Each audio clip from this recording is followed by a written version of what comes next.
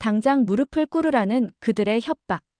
한 국가의 운명을 손에 쥐고 흔들려는 중국의 횡포였습니다. 그들은 억지로 협의서에 사인하라 시켰어요. 살려준다며 말이죠. 미국과 독일, 일본마저 손을 내밀지 않으니 그렇게 페루는 무너졌습니다. 무너진 페루를 다시 일으켜준 나라, 대한민국이었습니다. 전 세계를 뒤흔든 대한민국의 충격적인 이야기는 무엇이었을까요? 영상을 보기 전 구독과 좋아요 눌러주시면 영상을 제작하는 데 있어 큰 힘이 됩니다. 저는 베이징 사이버보안청에서 8년째 근무하고 있는 장샤오이입니다. 칭화대 컴퓨터공학과를 수석으로 졸업하고 줄곧 국가사이버보안 업무를 맡아왔죠. 솔직히 말하면 제가 하는 일에 대해서는 상당한 자부심을 갖고 있었어요. 우리나라 기술력이 세계 최고 수준이라고 믿어 의심치 않았거든요. 특히 한국 같은 작은 나라들이 IT 강국이라고 떠드는 걸 보면 우스웠습니다. 규모도 기술력도 우리와 비교할 바가 못 되는데 말이에요. 그런데 2024년 어느 새벽 3시 제 휴대폰이 요란하게 울렸습니다. 비상 연락망에서 온 긴급 전화였어요.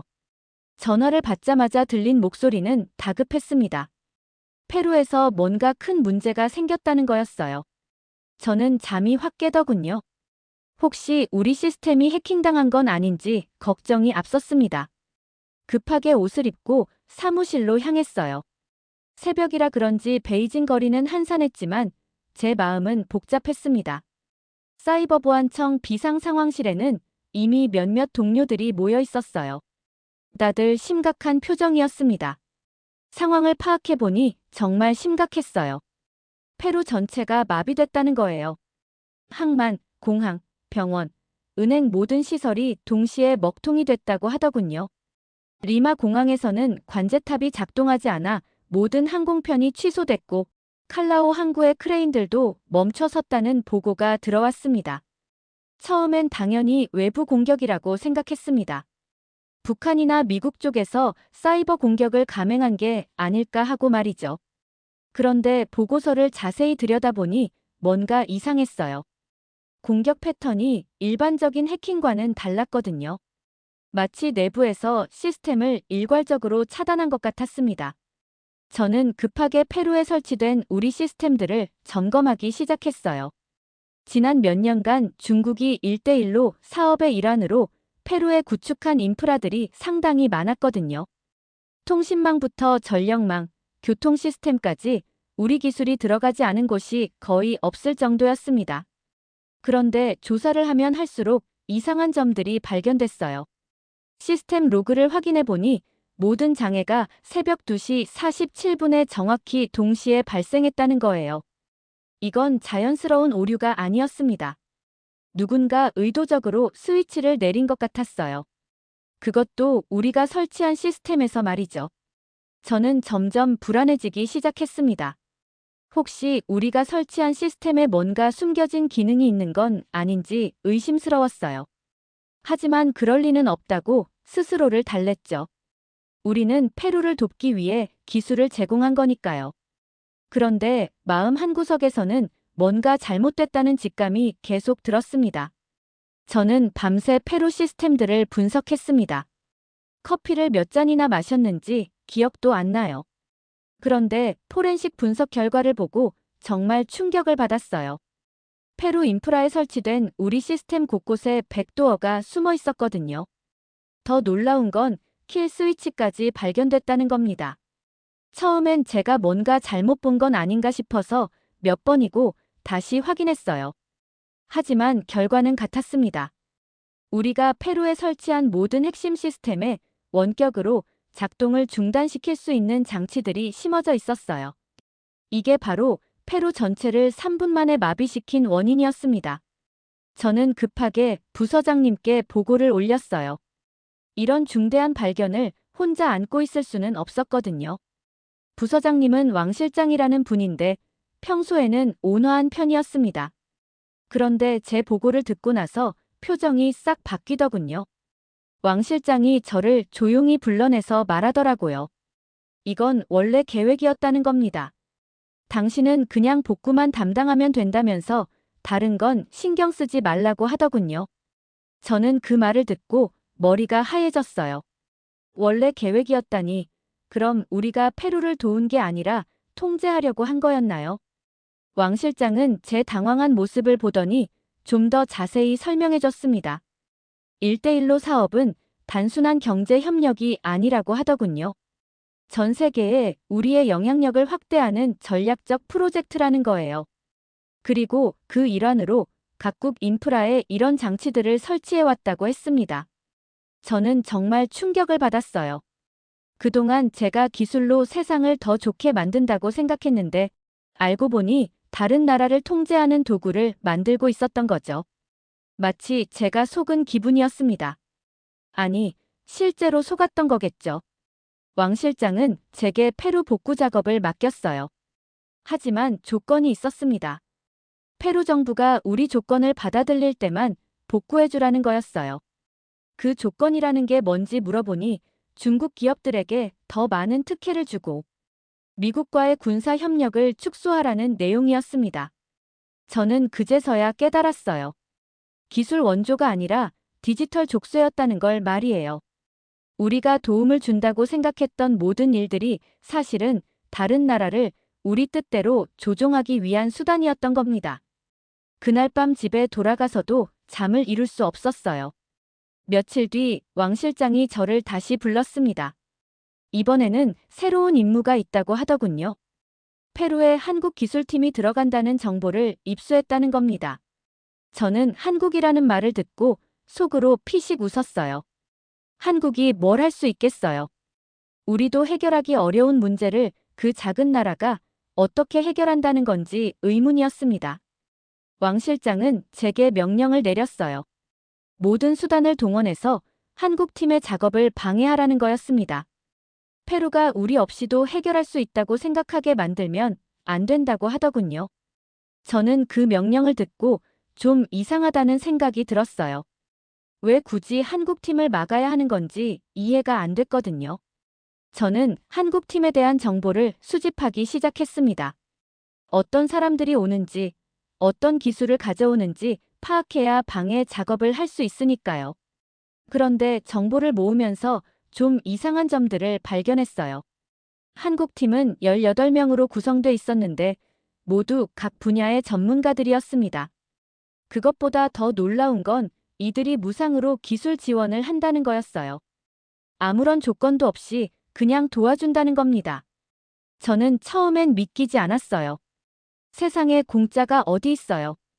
더 자세히 알아보니 정말 조건이 없더군요. 페루 정부에게 아무것도 요구하지 않았어요. 심지어 복구 비용도 한국에서 부담한다고 했습니다. 저는 이해할 수 없었어요. 도대체 한국이 뭘 노리는 건지 말이에요. 한국 팀의 리더는 김진우라는 사람이었어요. 서울대 출신의 삼성전자에서 오래 일했다고 하더군요. 이 사람의 이력을 보니까 정말 실력이 있는 것 같았습니다. 하지만 여전히 의구심은 남아 있었어요. 아무리 실력이 좋아도 우리가 만든 시스템을 어떻게 해결한다는 건지 궁금했거든요. 저는 상부에서 내린 명령대로 한국팀 방해 작업을 준비했습니다. 하지만 마음 한구석에서는 계속 의문이 들었어요. 정말 무상으로 도와주려는 사람들을 왜 막아야 하는 건지 말이에요. 그리고 한국팀이 정말 페루를 도우려는 순수한 마음인지 아니면 다른 속셈이 있는 건지도 궁금했습니다. 결국 저는 페루 현지로 파견됐습니다. 한국팀을 직접 감시하라는 명령이었어요. 작전명은 그림자 추적이었습니다. 정말 첩보 영화에나 나올 법한 이름이죠. 저는 관광객으로 위장해서 리마에 들어갔어요. 리마 공항에 도착했을 때 정말 상황이 심각했습니다. 여전히 전산 시스템이 제대로 작동하지 않아서 출입국 절차도 수작업으로 하고 있었어요. 택시를 타고 시내로 들어가는데 신호등도 제대로 작동하지 않더군요.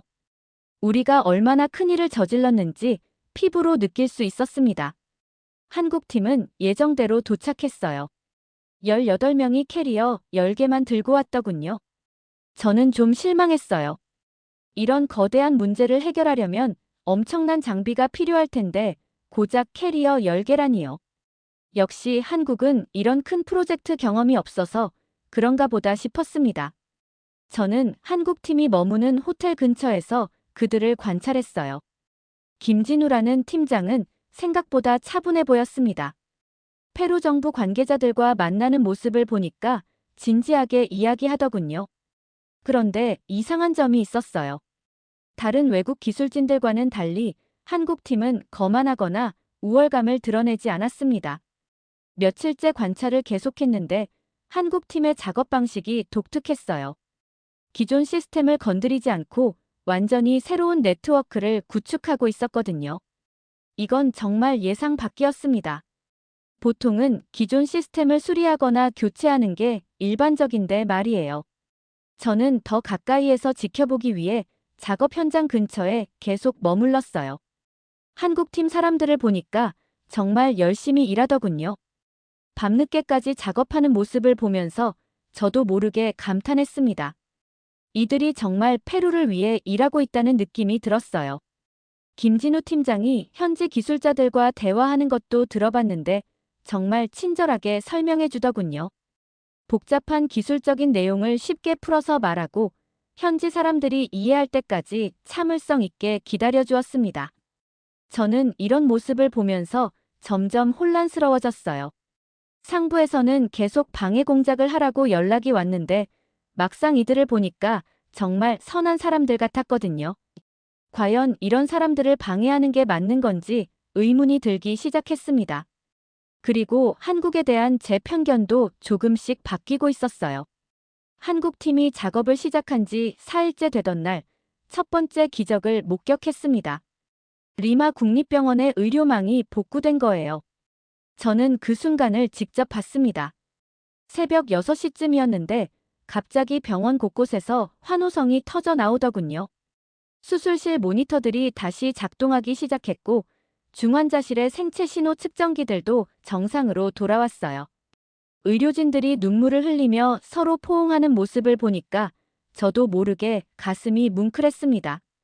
며칠 동안 제대로 된 치료를 받지 못했던 환자들이 다시 희망을 가질 수 있게 된 거잖아요. 한 간호사가 김진우 팀장에게 달려와서 고맙다며 계속 인사하는 모습도 인상적이었어요. 그 다음은 칼라오 항구였습니다. 거대한 크레인들이 하나둘씩 움직이기 시작했어요. 며칠 동안 멈춰있던 화물선들도 다시 하역 작업을 시작했습니다. 항구에서 일하는 노동자들이 기뻐하며 서로 어깨를 두드리는 모습을 보니 정말 감동적이었어요.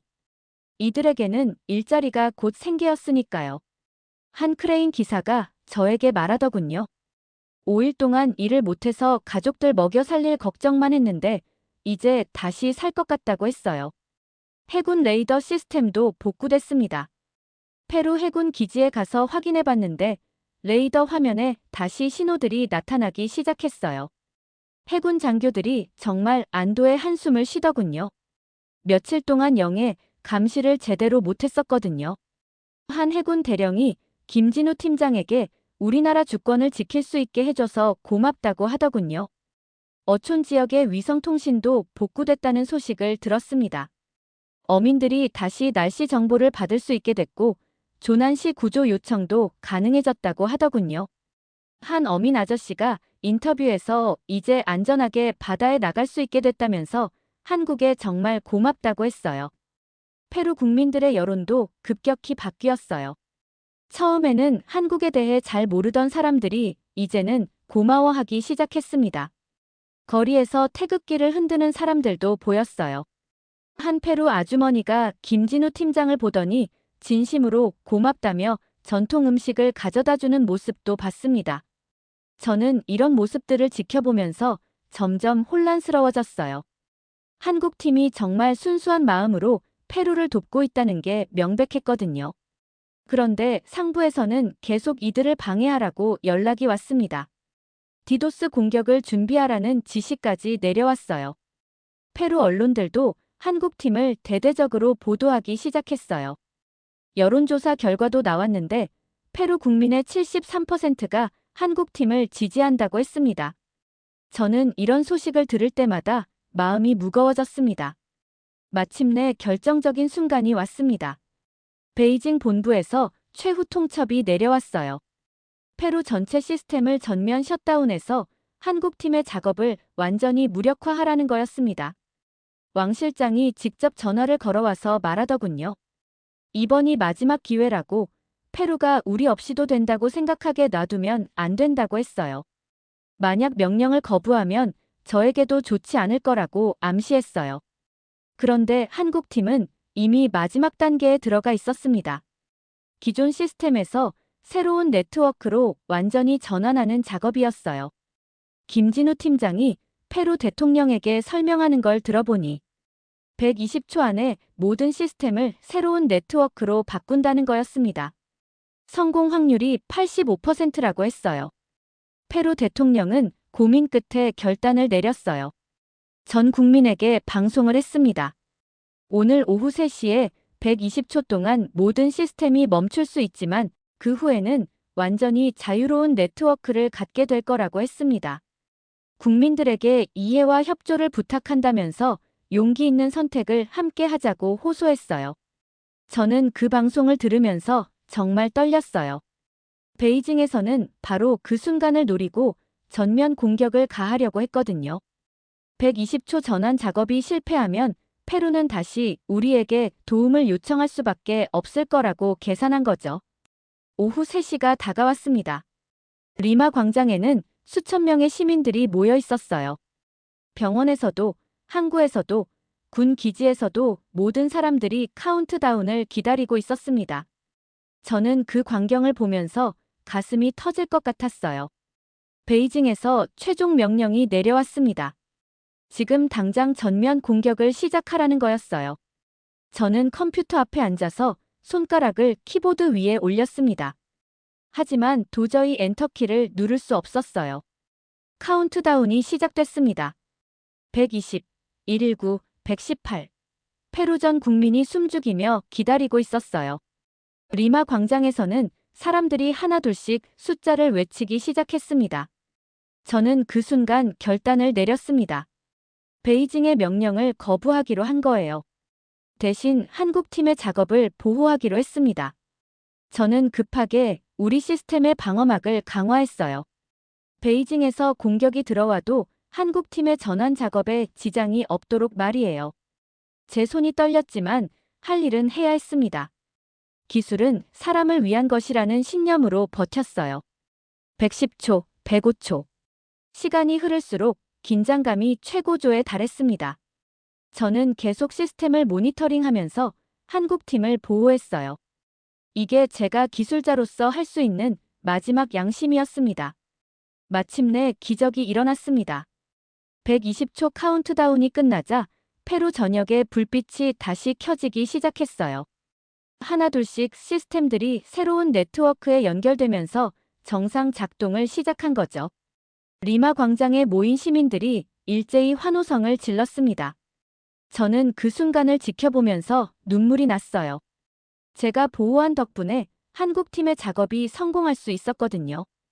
병원에서는 더 선명한 화면으로 수술이 재개됐고, 항구에서는 이전보다 3배 빠른 속도로 크레인이 움직이기 시작했습니다. 해군 레이더 시스템도 놀랍도록 향상됐어요. 이전보다 훨씬 정확하고 넓은 범위를 감시할 수 있게 됐습니다. 페루 해군 장교들이 정말 놀라워하더군요. 이런 고성능 시스템을 무료로 제공받게 될 줄은 꿈도 못 꿨다고 했어요.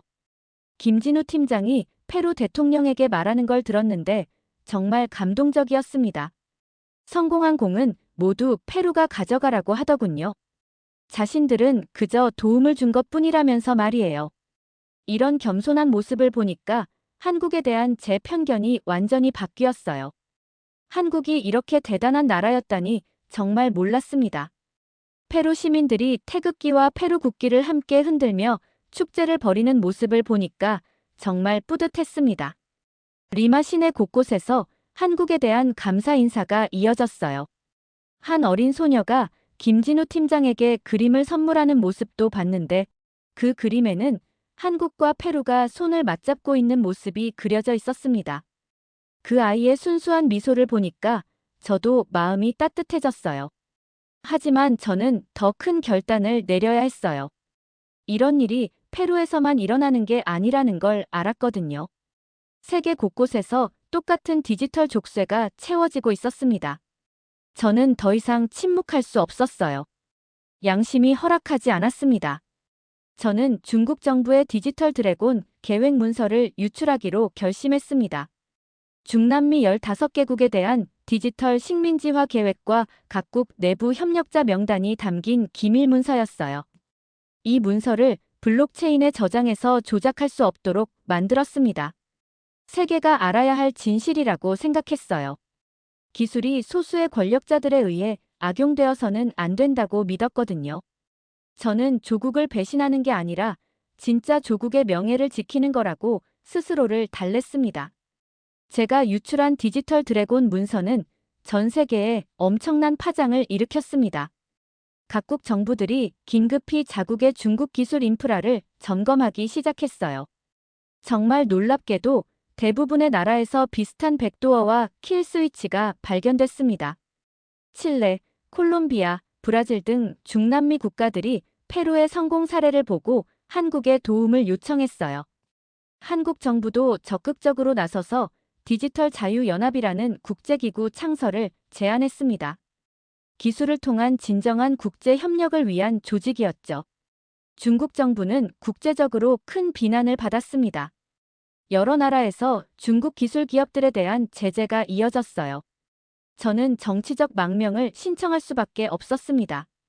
베이징에서는 저를 반역자라고 부르며 체포령을 내렸거든요.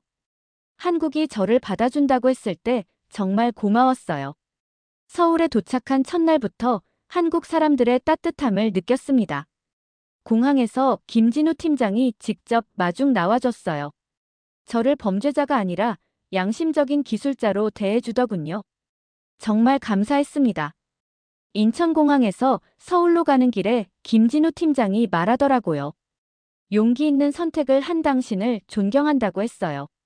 한국에서 저는 기술윤리연구소를 설립했어요. 기술이 올바르게 사용될 수 있도록 연구하고 가이드라인을 만드는 일을 하고 있습니다. 서울대에서 강의도 하고 있어요.